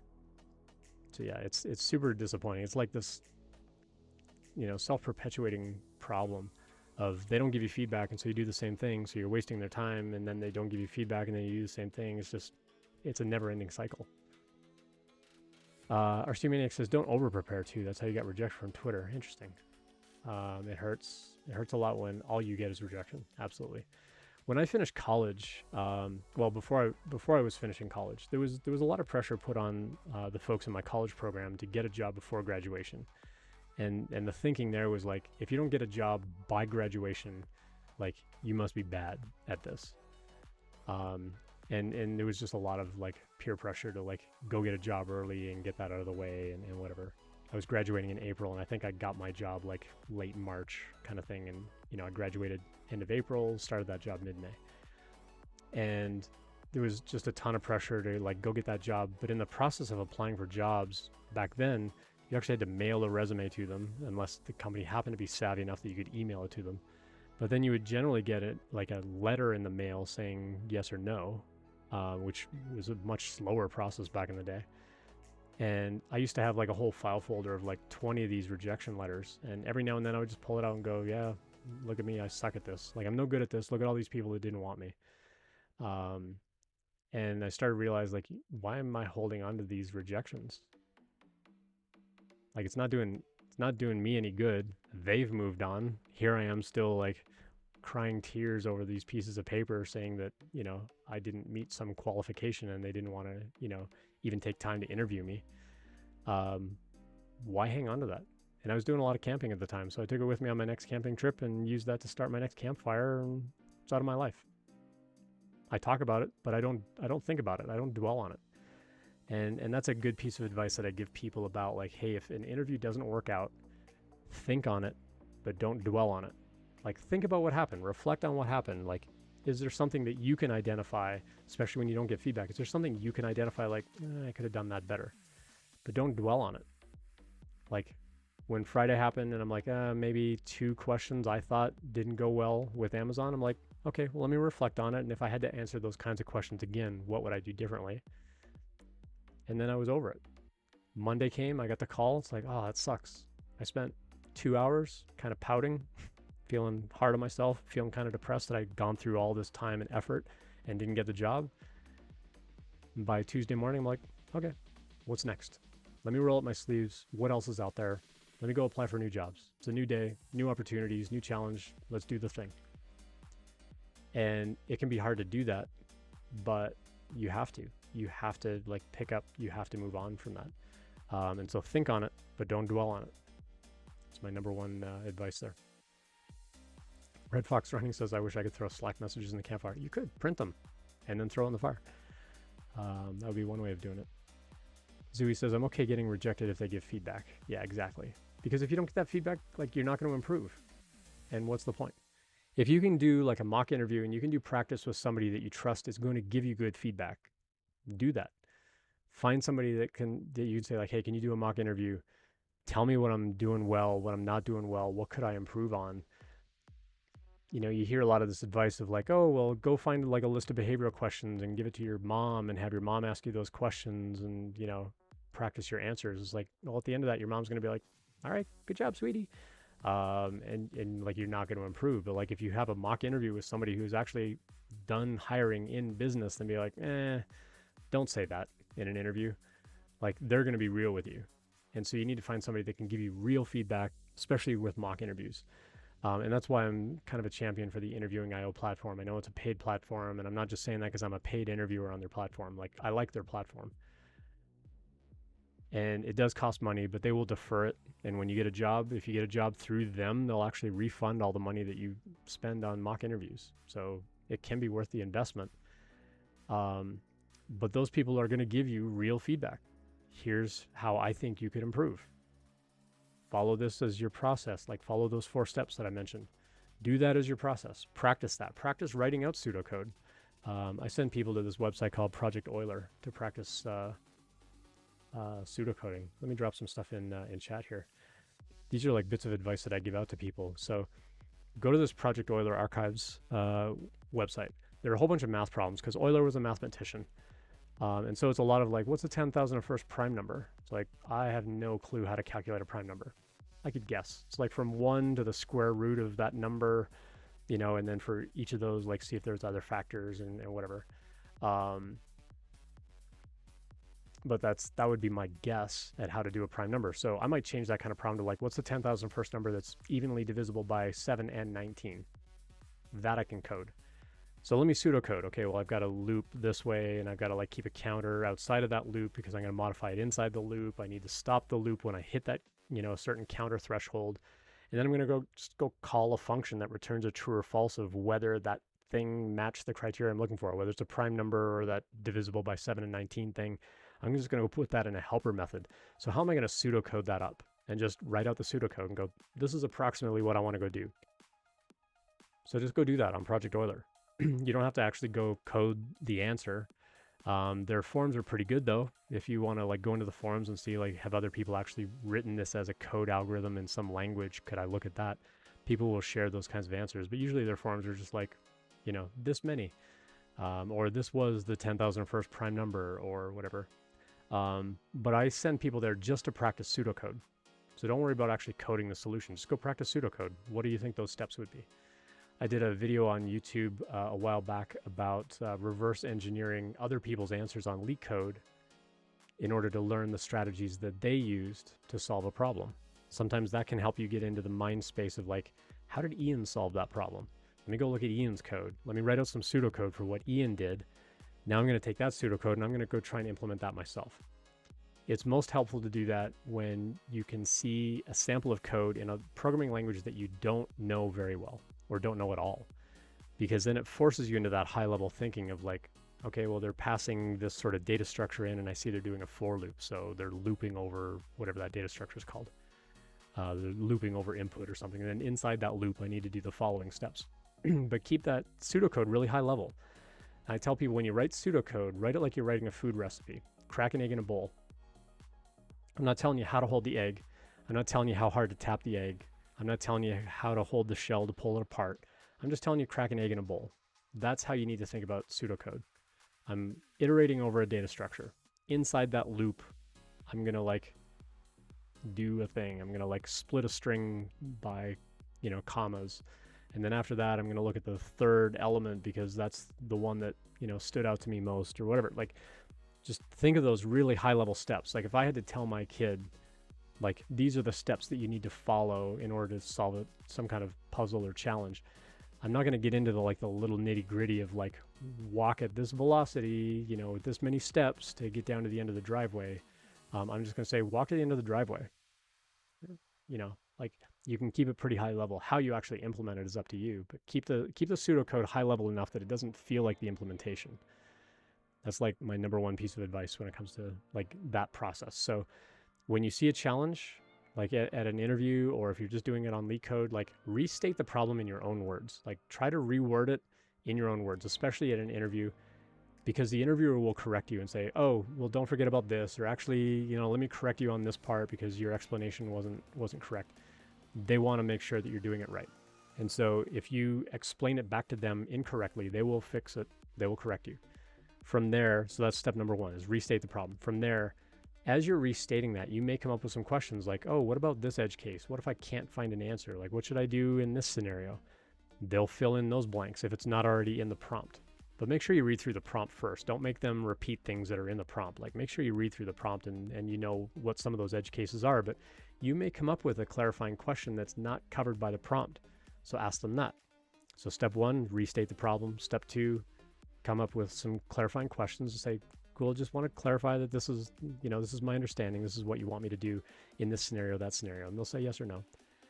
And then write out some notes or write out the pseudocode of these are the steps I'm going to take. And if you can do it as pseudocode, like I like to indent my pseudocode so it kind of looks like what the actual code's going to look like. And then ask the interviewer from there, still on that third step, ask that interviewer, what's your opinion of this? Do not word it by saying, am I on the right track? Or, you know, does this look okay to you? Because that's projecting a lack of confidence on your part of you're looking for validation that you're kind of iffy on it. And so you're hoping that they're going to tell you you're doing a good job. But if you just turn to them and say, what's your opinion of this? They'll tell you their opinion. Is it good or bad? If they spot a problem, they'll ask some questions. If they think it's good, they may still ask some questions. And then you can say, if this looks complete, I'm going to go ahead and get started. And they'll say like, oh, wait, you forgot such and such, or don't forget about this edge case. You're like, okay, let me go back, design that in, and then go get started on your real code. That's step 4. So restate the problem, ask questions, design it. You can verbally explain it, but actually write out some notes. It will lower the cognitive load on your brain if you write things down.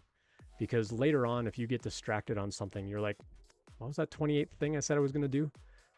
Just write it down, and you don't have to remember it. Write it all down. You've got all the steps. and then just go code what you've got written down. So follow those 4 steps. And so when you're doing interviews, hopefully the people that you're doing mock interviews with are saying like, hey, you should really be following like those 4 steps, or hey, these steps you did really well. This step you could probably use a little more work on, like that pseudocode, or you can use a little more work on like making sure you're asking about edge cases and scenarios and things like that before you actually start on the design. Because you got to really make sure you understand what it is you're expected to build before you start designing anything. Otherwise, you're not going to build it right. Take a look back through chat here. Red Fox says, I'm 30 hours into the interview process at a decent tech company, so hopefully, yet potentially. So disappointing. Hopefully not disappointing. I hope that goes well for you. 30 hours is a lot. I do know one company in the Boulder area. I don't know if they still do, but like I think 3 or 4 years ago, they were giving out a technical challenge. It was like a take-home challenge. And they're like, we expect this is going to take you 30 hours to 40 hours to build. We're going to give you a month to do it. And so we got your application. Here's the problem. Come back in a month. If you can do it sooner, great. But come back in a month and we'll evaluate and like we'll move on to next steps from there. And I'm like, a month? And you want me to spend 30 hours on something? I'm going to spend like 3 hours on something maximum. Like any of these presentations I did for Amazon, for Twilio, for New Relic, like I spent some time putting it together and polishing it. And then I spent more time like practicing it and making sure that I was staying within time parameters, except the Twilio one. I screwed that one up, but that was on me. But like the amount of time to actually go in and like build that presentation for them was pretty minimal. Because yeah, I'm unemployed right now, but I'm not going to like spend all my time like putting that kind of effort in. It's just not worth it. Now, there are companies out there that will pay you for that time. There are a few rare companies that will say like, hey, if you really want to work on this challenge for us, we will pay you like X amount of dollars, even if you don't get the job. Either way, we're going to pay you for putting in that kind of time. Go find those companies, because those are companies that have a lot of respect and what we talk about, that candidate experience. They care about that. RC Maniac says, I know one interview process that annoyed me. The process told to me was interesting. Respond to a set of questions in an email, online code problem, then talk to the devs, get an offer or rejection. Not sure if it changed. I applied twice, 6 months apart. Got rejected at the code problem stage. 2 of the 3 questions were good. The third was way too vague. Imagine them saying, add 2 numbers that can't be odd. But what's the failure case? What if I get an even number? Yeah. Because if I have to return something, lo and behold, the system said you didn't do this correct. But what should I have done? Yeah. And so the problem has to be like well thought out, and you have to like, sometimes with those things, they want you to ask the questions. Like sometimes it's vague because I want you to come back and ask me a question. Or I want to see whether you're even going to ask a question. So there can be that element to it. I have done that in the past as part of an interview process. So the way that I used to do my interviews, I would do all my phone screens, and then like I would try to do my phone screens like Monday, Tuesday, Wednesday. And I would tell everybody like, yeah, okay, like we're going to move forward with you. On Thursday, I'm going to be handing out a take-home challenge to everybody that's applied. And so everybody starts at the same time. And the due date is Monday morning. So everybody gets it at the same time on Thursday, and you have until Monday. It should take you 2 to 4 hours maximum. And so you had several days to kind of pick away at it. And I said, if you're spending more than 4 hours on it, like just stop, submit what you have, but try to stay within that 2 to 4 hour range. And there was one part of it that was a little bit vague. And my hope was that they would turn around like Thursday night and ask me questions. Most of the questions I got would come over email Sunday night. Like the night before it's due, be like, hey, could you clarify this? I'm like, no, I don't check my email for work on Sunday. Sorry, you're out of luck. I'll answer you Monday morning at like 8:45, when I get into the office, but your submission's due at 9 a.m. The other thing that I would typically get is people would ask really close to 9 a.m. on Monday, can I have an extension? It's like, no, but thanks for applying. You can apply again in a couple of months. Because it also mimics kind of the real scenario. If I'm your boss and I give you something to do, I don't want you to tell me the day of the deadline that you're going to miss the deadline. Like if something comes up, like life happens. If something comes up and your weekend goes to crap and you need more time, tell me when something went wrong. Don't wait until the last possible moment to ask for an extension. I'm not going to give it. So, I mean, the people that I would respond to would be like Thursday night, Friday, if you had questions. If something came up like on a Saturday and you're like, hey, you know what, something happened on the weekend, I'm not going to get the submission in on Monday, can I have an extension? I would consider it, depending on what level of quality they seem to be as a candidate. But Monday morning, 9 a.m., whatever came in, those are the people that I would kind of evaluate and move forward with. And I would usually call them like that day or by the next morning usually, and say, you're moving forward, or thanks, but we're not gonna move forward. And oftentimes they knew why. And it's like, we had this expectation, we wanted to get to a certain point in this output, and you didn't meet the criteria. And it's just a business decision of like, you didn't demonstrate that you've got the level of skill that we need to progress, and so thank you anyway. But that was kind of the process that I've most recently followed when it came to hiring. I think that there's still improvements on that can be made. Workiva has a really good process that I really like, and I think if I'm ever in another hiring position, I'm going to adopt a lot of what they do. They do a read the code, fix the code, write the code kind of process, where it's like, okay, here's some code, we're not going to document it, everything's going to be really poorly named, and you have to figure out what the code does. Because it shows like, do you know the language well enough that you can kind of break it down and try to see what it's doing. The second one of debug the code, there's a bug in the code, and we want to see if you can kind of like trace through and see what's going wrong and fix it. But there's also a part of the code that's not implemented. And so we want to see whether you catch that and whether you also implement that. And then the third part is write the code, which is more of like, okay, here's like a simpler algorithm that we want you to actually go write the code on your own, however you want, using built-in APIs, whatever, like however you want to go build this code. Demonstrate to us how you would actually write this piece of code. And I'm like, that's a pretty good system, because it shows that you know the language well enough to kind of get by. And if you start getting hung up on something because you don't know the language well enough, or you don't know a good debugging process, that tells me where your skill level is as a developer. And now I've got better data to say, do we move forward with that as a candidate? Those skills we could teach. So if they've got a good process otherwise, maybe we could still make them an offer, but we're going to have some coaching to do. And do we have that kind of support on the team, that if we do bring them on the team, that we can support them in that, and that we can like invest that time and effort in them? That's the decision then I would make as a hiring manager. So I really like their model. I may adopt portions of that going forward. Let's see what else is going on in chat. Write down, say what you're doing. Yeah, for sure. Epicat, good to see you in chat. You're in the field trying to become a front-end dev. Awesome. Glad you're enjoying the content so far. Zooey in chat is also a front-end dev, new in the industry as well. So yeah, definitely reach out to me, Epicat, on LinkedIn. Here's my LinkedIn URL. Connect with me on LinkedIn, and if there's anything I can do to help you out, anybody I can like introduce you to, stuff like that. See, what else did I miss in chat? Red Fox says, this particular one, the first 10 hours was spent on an unpaid code test. Now I'm paid for 30 hours of a okay, so if they're paying you for that 30 hours, that's different. Hopefully it's a decent rate though for 30 hours. So that's a lot of work.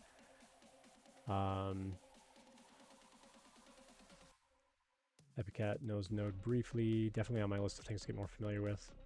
Yeah, so I mean, if you're a front-end dev, like, you don't have to have used Node. If you know Node, then you're going to get more into like the full stack side of things. But if all you know is like some sort of front-end framework or just vanilla JavaScript and HTML, CSS, you can still go get jobs. There will be jobs. It'll be easier to get a job if you know some kind of front-end framework like a React or an Angular or something like that, though. RC Maniac says, I applied to Trello once. They wanted Node experience to move forward. Yeah, and so one job that I actually talked to today, they're like, yeah, we do all our front-end in React. And I'm like, oh, I just signed up for a React class. And they're like, and our backend is all Scala. I'm like, don't know Scala. I know it's kind of like Java, and I know it's a functional language, but I don't know the syntax. So the coding that I'm going to be doing tomorrow for them is all brand new. I know nothing walking in. And so they just want to see, like, what's your process to go learn something you don't know? Like, how are you even going to try to get this thing done? It's like, cool, let me show you my process of diving in. Like, I understand the algorithm you want me to build. This is how I'm going to pseudocode it out. Now let me go find the syntax to actually make that happen. And then see if I can piece it together. And so it's more for them just to kind of see my process of like, how quickly am I going to pick this up? But I'm gonna go in cold. I've debated, like, should I study some Scala tonight and just like learn some of the basics.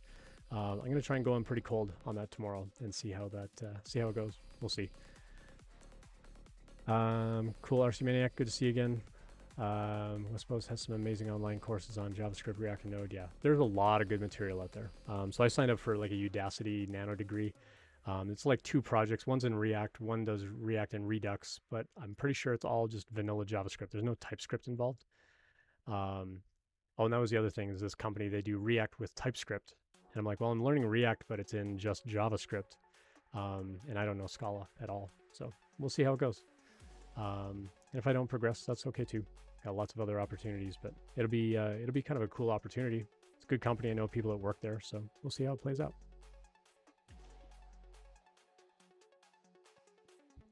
Cool. Let's see what else is going on. I'm gonna double check my time because, yeah. So speaking of interviewing IO, I have to do a mock interview on their platform in a half hour. So you got me for at most 20 more minutes, and then I'm gonna go take a quick break and prep for a mock interview. Would really love to learn TypeScript. Seems like everyone wants it. Yeah, there's a lot of benefit to having a strongly typed language for sort of finding problems where you're like reusing a variable, but it's a different type, but maybe your code still expects it to be that other type. Like it used to be a string, and so your code expects it to be a string, but then somehow later you're like turning it into an integer. And now your code's not behaving quite the way it should because you're expecting like a long string, but now it's like a single digit number or something like that. And so strongly typed languages will prevent you from doing that. And they'll say, well, you initially defined it as a string. Now you're trying to put an integer value in there, so I'm not going to let you do it. Or I'm going to throw a warning and say, by the way, you probably didn't mean to do this.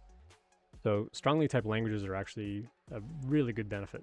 So yeah, if you can learn some TypeScript, that'd be fantastic. I've never used it myself, but I've got some ideas about like how it's written and so on, but I've never really studied. I've like glanced at it. But yeah, the strongly typed language is going to be super, super helpful. 907 Grizzly, good to see you. Thanks for the follow. Appreciate it. Just hanging out on chat and helping people out with interview prep and career prep, and showed off kind of my process for applying for a job earlier with a resume. So yeah, I took like a really, really long resume, trimmed it down to 2 pages really quick. Took like, hey, from Alaska, sweet. So yeah, and Zooey says, I see why TypeScript would work well in React. Yeah, for sure. My Red Fox Learning says my base is JavaScript and PHP, the loosest goosiest of languages, for sure. I did a lot of PHP back in the day, like a lot of PHP 3, 4, and 5.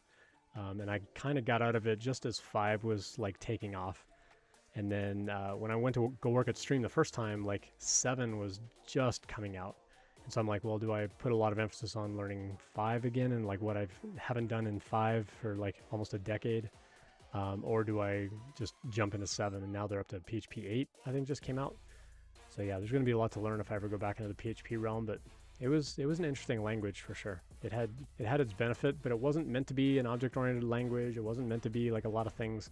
And they've kind of had to build that into the language over time to like kind of keep up with the patterns that everybody else wants to do.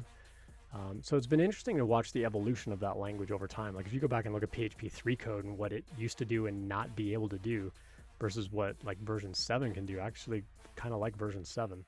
I'm a little curious what version 8 is going to be like. So 907 Grizzly, good to see you.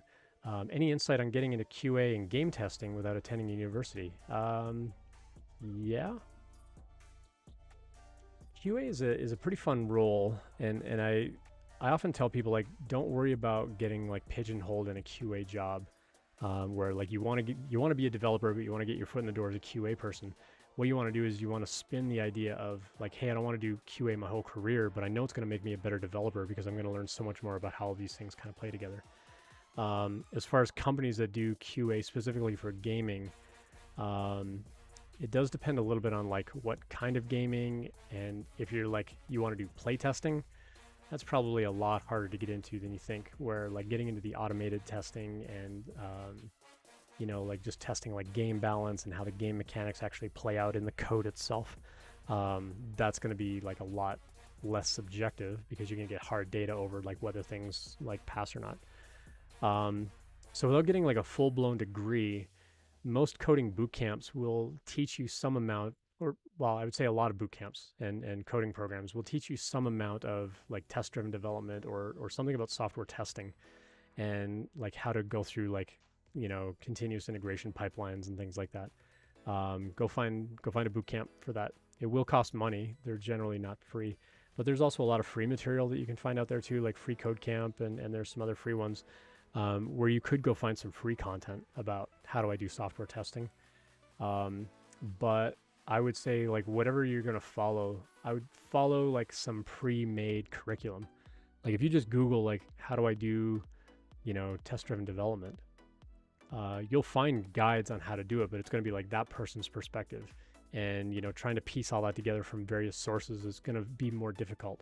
Where if you go follow something like Free Code Camp and they've got like a whole curriculum on how to do that kind of testing, follow through that, finish their process, and then, you should have enough knowledge then to go into like a QA role. There have been a lot of people that have gone through sites like Free Code Camp and they've actually gotten jobs. It really depends on how much time you want to dedicate to it and how like serious you want to like really dive in on that particular topic, and then how well are you networking to like go get those kinds of jobs. Gaming companies traditionally, in my experience, they traditionally don't pay very well because they're very competitive. Everybody wants to get into gaming, usually in the game development side of it. But the biggest money makers in game development are typically the animators and the people that make things look really cool. And not so much on the mechanics of like, hey, the next time I put that sword in that bag, like, make sure this or that effect happens. Those things are important, but a lot less glamorous because it's more behind the scenes, kind of like how does the game actually operate. And those kinds of jobs tend not to pay as well. And so there's high demand to get in, and because of supply and demand, because there are a lot of people that want to get into gaming, the salaries tend to be a lot lower in sort of entry roles. It's not until you get into like, you happen to be part of a team that, they build a title and it like goes wild and like tons of people buy it and whatever.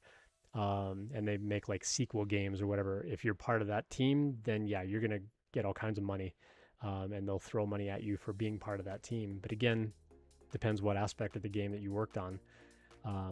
But if you're just getting in on like, titles that maybe get released on Steam, at best, or at worst is like, oh, come to my, website.com and download my game. You're probably not going to progress very well as far as like the salary and stuff like that goes. Not to say you can't, but it will be a lot harder. So yeah, there's a couple of perspectives there. I know you were asking specifically about QA, but just in general, in my experience, having talked to people in the gaming industry, and I spent a brief amount of time in the gaming industry, it's a very competitive landscape. And so the salaries do tend to be lower because if you don't want that job for 40K, someone else will take it for 40K. It's just the way it is. So yeah, I would, and internally it's going to be really competitive as well because everybody wants to promote up and like get those higher paying jobs. And so the people that I know that have gotten into gaming, they tend to burn out, or they just get tired of making way less than industry rate. And so they end up leaving anyway and just going and getting some other job. But that next job doesn't have to be QA. You can then, like, if you want to get into development, if you studied development, you can then go to that company and say, hey, I know I just did like a year of QA, but I did that intentionally because I know it's going to make me a better developer. So I'm not looking for another QA role. I did it with intention of like learning that kind of process so that as a developer, I'm going to be this much better at this or that skill. That's a much better story to tell to the company than just like, yeah, I got a QA background and yeah, fine. All right. You want me to do QA again? Hold your ground, advocate for yourself and say, no, that's not what I want to do. I did it for a period of time and now I'm moving on and I want to do this other thing instead. Just looking back on chat, I'm a speedrunner, former contracted esports player. Cool. I've been breaking games for the last 14 years for fun. Great. Started a course on C++ and Unreal. Cool. Would you say it's a bad idea to try to get some unpaid internships? Yes, I'm just going to stop there. Yes, the answer is yes. It's a bad idea to get an unpaid internship. To get a foot in the company while I'm learning. Yeah, don't give your time away for free. There are people that will pay you for your time. If there's absolutely no other way to get your foot in the door with a particular company, then if you can afford to, if you have the privilege and the time and the other resources around you that you can take a job for free, okay, but like cap your hours. Like they don't get unlimited time for free. You can, I'll do this internship for 30 hours a week and that's it. You want me to do more than that? You pay me for my time. But like, I know in some places it's actually illegal to have an unpaid internship. They have to pay you as an intern. So I would ask and just say like, can I get, you know, like a summer intern role for just a couple of months, something along those lines, just to get your foot in the door. They may have some paid internships, but I very strongly suggest do not give your time away for free. There's a difference between volunteering and doing unpaid internship. Volunteering is like you're doing it out of the goodness of your heart because you want to help somebody. In this case, though, you're there to learn, and so you want to get something out of them, and so that shouldn't come for free.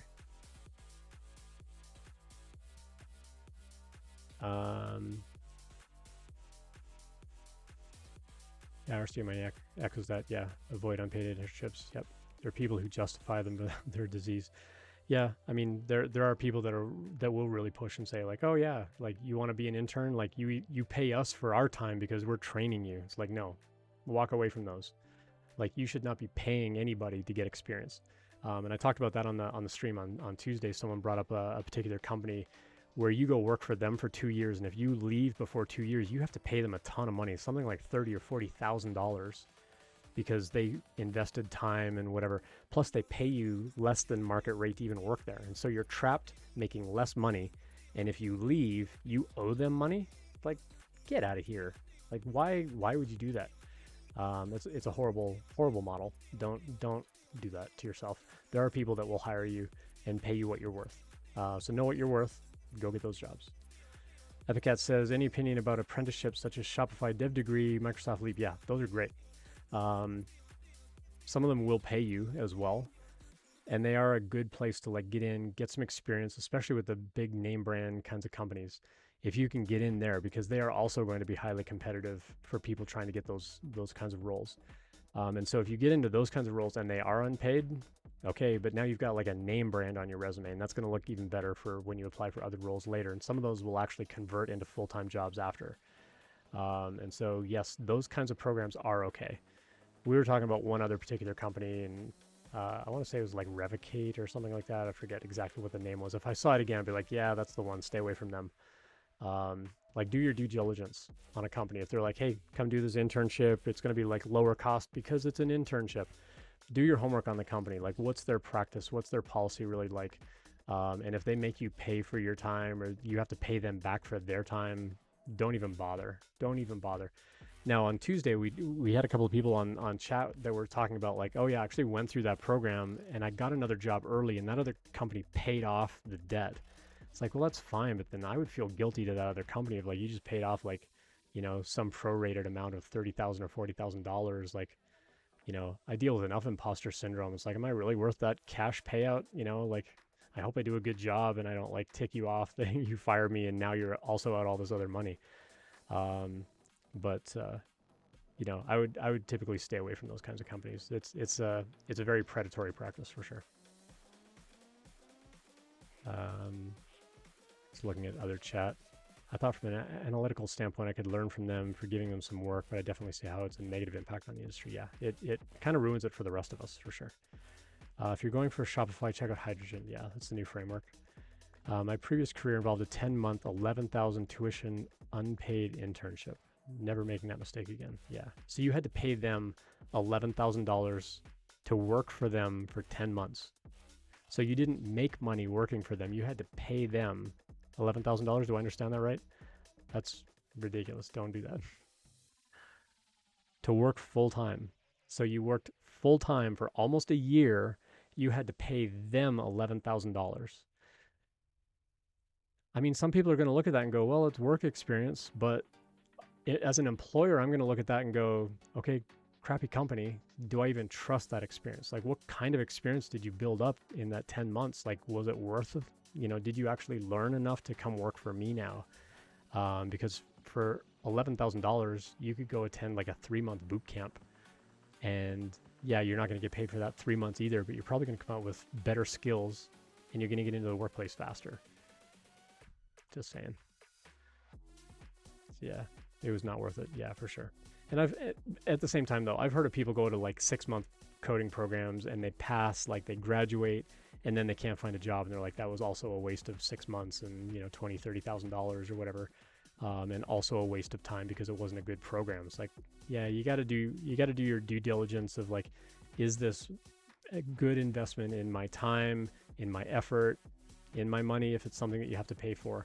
And that's why I really advocate, like, see what you can find for free, because you can get a job following curriculum for free, but you need to follow curriculum. Don't just go watch YouTube videos and expect to be a really good developer, because you're going to learn the bad habits of that person, that you're watching on YouTube.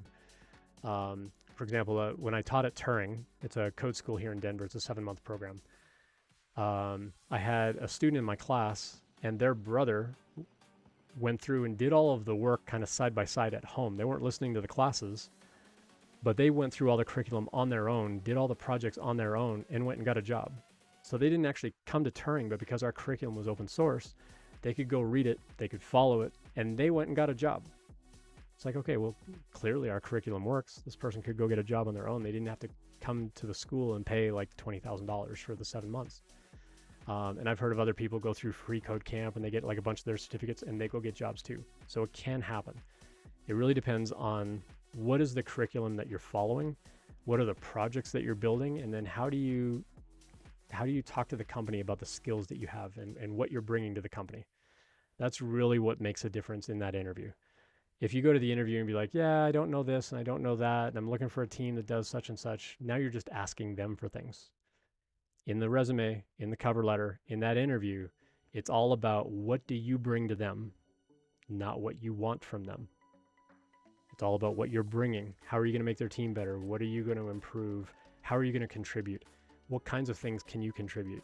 And it's okay if you don't know all the things. We know that because you're an entry-level dev, especially when you're kind of going through like a self-taught kind of practice.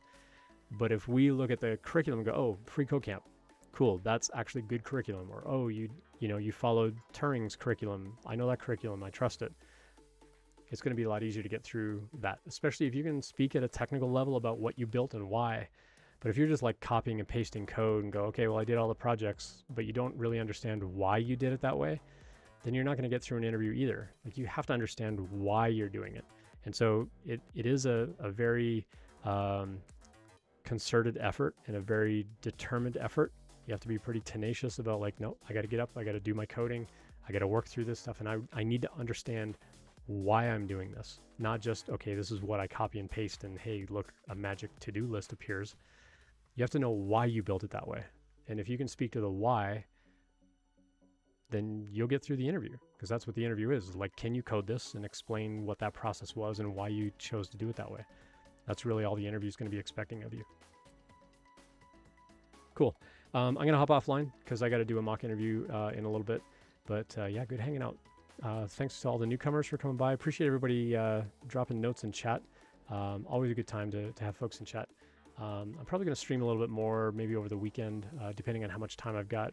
Got to wrap up some holiday gifts and stuff like that, like literally wrap them, but I've also got to like go buy some and get the kids to buy some for themselves. Chris Perillo, what's up? Chris Perillo promises he's going to join me one day.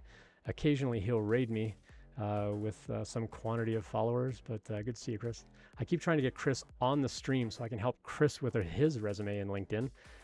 Chris, you missed the first part of the stream where I was like walking people through, here's my resume and here's how I trim it down to actually go apply for a job.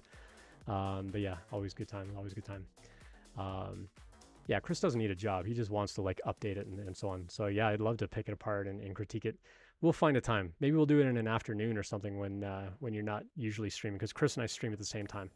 And Chris is also like really fun to follow. He does some pretty cool stuff. Chris, what flavor of jelly bean are you up to these days? The last one I think I saw was the pumpkin pie flavored jelly beans for Thanksgiving. And yeah, it's always fun watching Chris like gag on those. No more jelly beans. Aw, I wanted to buy you like some candy corn flavored jelly beans. That would just be the double whammy, right? But always good to see Chris. It's good hanging out with Chris. So Chris does 3D printing, a lot of Star Wars, like figurines and stuff like that. Lots of Lego. Really, really cool channel to follow. So go hit up Chris as well.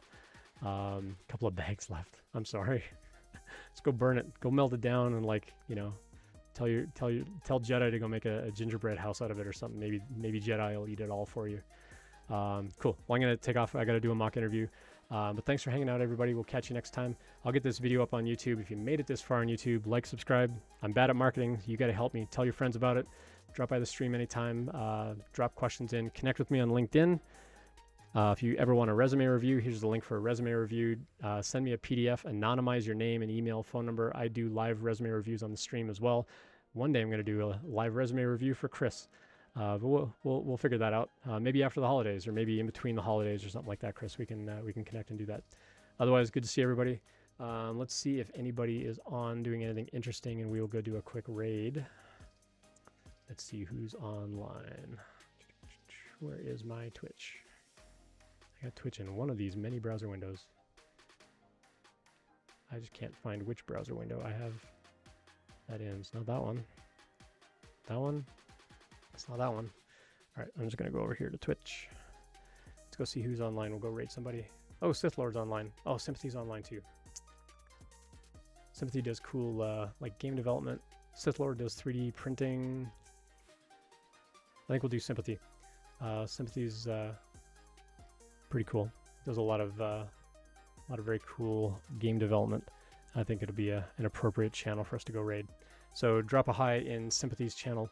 When we get over there, we'll go raid in a couple seconds. Thanks again for hanging out, everybody. We'll catch you next time.